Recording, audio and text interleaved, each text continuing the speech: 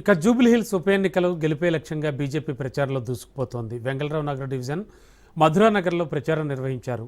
మజ్లిస్ పార్టీకి చెందిన వ్యక్తి గోరక్షకుడిపై విచక్షణారహితంగా దాడి జరిపి హత్యాయత్నం చేయడం దారుణమన్నారు. ఈ ఘటన రాష్ట్రంలో శాంతి భద్రతల వైఫల్యానికి అద్దం పడుతోందన్నారు. బీఆర్ఎస్ అధికారంలో ఉన్నంతకాలం మజ్లిస్ పార్టీని పెంచి పోషించి ఆ పార్టీ కనుసనల్లో పనిచేసిందని విమర్శించారు. మజ్లిస్ పార్టీ తరఫున గతంలో పనిచేసిన వ్యక్తిని కాంగ్రెస్ పార్టీ టికెట్ ఇవ్వడం ఆ పార్టీ దివాళా కోరుతనానికి అద్దం పడుతోందన్నారు.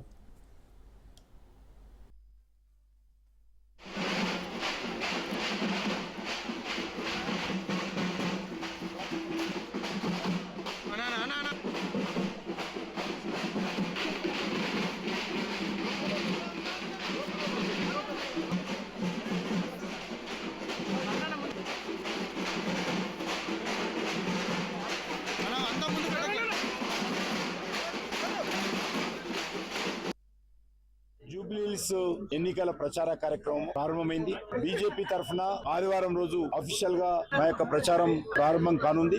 ముఖ్యమైనటువంటి నాయకులందరూ కూడా రోజు ఆ ప్రచార కార్యక్రమంలో పాల్గొంటారు. బీఆర్ఎస్ పార్టీ అధికారంలో ఉన్న రోజులు బీఆర్ఎస్ పార్టీ మజ్లిస్ పార్టీకి అనుకూలంగా పెంచి పోషించడం జరిగింది. మజ్లిస్ పార్టీ కనసాగర్లో బీఆర్ఎస్ పార్టీ పనిచేసింది. బీఆర్ఎస్ పోయి కాంగ్రెస్ వచ్చిన తర్వాత కాంగ్రెస్ పార్టీ కూడా బీఆర్ఎస్ పార్టీలోనే మజ్లిస్ ని పెంచి పోషిస్తుంది. ఈరోజు హైదరాబాద్ లో గోవులను సేవ చేయడం కోసము గోవులను హత్య చేయకూడదు, అక్రమ రవాణా చేయకూడదు అని చట్టానికి అనుకూలంగా పనిచేసేటువంటి ఒక యువకుడి పైన మజ్లిస్ పార్టీ తుపాకులతో కాల్పులు జరిపే పరిస్థితి వచ్చిందంటే ఈరోజు ఈ రాష్ట్రంలో మజ్లిస్ పార్టీ దౌర్జన్యాలు, మజ్లిస్ పార్టీ రౌడీజము, గుండాయిజము ఏ రకంగా పెరిగిందో అర్థం చేసుకోవచ్చు. ఈ రోజు మజ్లిస్ పార్టీ నాయకుల దగ్గర అనేక మంది దగ్గర అక్రమ ఆయుధాలు ఉన్నాయి, అక్రమంగా తుపాకులున్నాయి. నిన్న సంఘటన చూస్తే మనకు అర్థమవుతా ఉంది. ఈ రోజు ఈ రకమైనటువంటి సంఘటనలు పునరావృతం కాకుండా ఇక్కడ ఉండేటువంటి ప్రభుత్వం కానీ గతంలో ఉన్నటువంటి ప్రభుత్వం కానీ పనిచేసేటువంటి పరిస్థితి లేదు. మజ్లిస్ పార్టీని ఎదుర్కోవాలంటే, మజ్లిస్ ఆగడాలను అరికట్టించాలంటే భారతీయ జనతా పార్టీ ద్వారానే సాధ్యమవుతుంది.